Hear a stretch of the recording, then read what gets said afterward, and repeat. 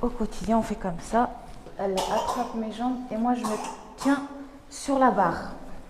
Et ensuite, pour la descente, elle tient mes genoux et moi, je m'appuie de la barre et je descends. Après, quand on arrive là, on est obligé de glisser, on n'a pas le choix.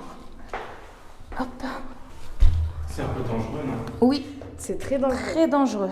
Mais on n'a pas le choix. Parfois, je me fais mal, mais bon. Mes mains sont dans un état, mon pantalon dans un état. Alors, je vous raconte même pas en temps de pluie. Là, du coup, je vais attendre. Elle va aller récupérer la chaise pour que je me fasse transférer dessus. Il m'arrive des fois de ne pas sortir pendant 2 semaines. Parce que c'est trop fatigant. Mais c'est trop fatigant. Et le soir, j'ai les percussions. J'ai mal partout. J'ai des douleurs de partout. Ça fait très mal. Même elle, qui me porte, elle a plein de courbatures après. Parce que la chaise, elle n'est pas toute légère. Et moi, je ne suis pas toute légère. Le moment le plus difficile, c'est celui-ci. 1, 2, 3. Et voilà. Et puis là, je peux y aller. Mon histoire a commencé en octobre 2011 suite à un accident de la voie publique. J'ai été dans le coma pendant 10 jours. Je suis restée pas mal de temps à l'hôpital. Et ensuite, on m'a transférée dans un centre de rééducation. Je suis restée énormément de temps en centre de rééducation. Et j'ai pas supporté parce que je voyais pas grand monde. Donc j'ai demandé à rentrer chez moi, quoi. Et comme je pouvais pas reprendre l'appartement que j'avais avant, j'ai demandé à aller chez ma mère. Au début, ma mère, comme elle avait de la force, elle me portait sur son dos. Et maintenant, comme elle aussi, elle a un handicap au niveau de son genou, elle ne peut plus me porter. Et donc, on a trouvé la solution de marche par marche. Donc, pour descendre et pour remonter. Et à un moment donné, j'en pouvais plus. Ça m'embêtait de fatiguer ma mère et tout ça. Par la suite, j'ai décidé d'aller dans le sud. Je me suis dit que ça allait être plus facile pour moi d'avoir un appartement. Ça a été plus simple, oui, mais dans le privé. Et au bout de 3 ans, je suis tombée gravement malade. Je ne pouvais plus m'occuper de mon fils. Ma mère ne pouvait plus supporter cette situation, du coup elle m'a demandé de revenir. Et je suis là depuis octobre 2023. Et donc, rebelote, comme au début, marche par marche, et ainsi de suite. Au quotidien, notre organisation, elle dépend un peu de son organisation à elle. Je peux pas sortir si elle doit sortir dans la journée. Je dois attendre qu'elle sorte.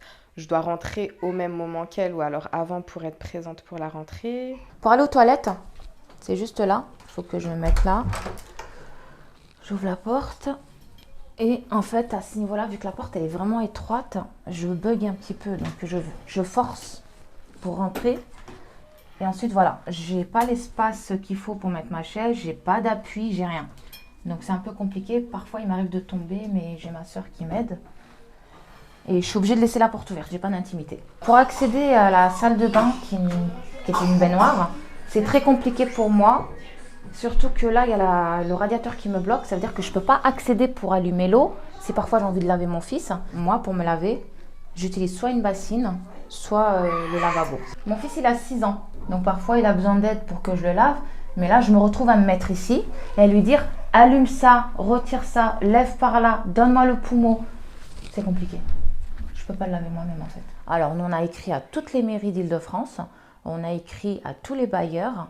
Et on a même écrit à Dalo, quoi. Tout ce qu'on pouvait, on l'a fait, quoi. Si la famille dit avoir alerté sur la situation, en attestent ces courriers que nous avons consultés, le bailleur, Séquence, nous a répondu que des documents étaient toujours manquants. À ce jour, nous n'avons jamais eu l'information concernant la présence d'une personne handicapée dans le logement. La mère de Sama doit mettre à jour son dossier en demandant l'inscription de sa fille sur le bail et faire officiellement une demande de logement adapté.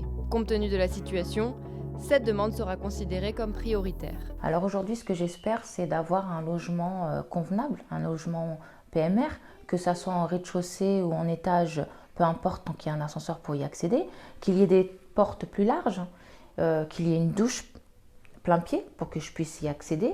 Attends-moi.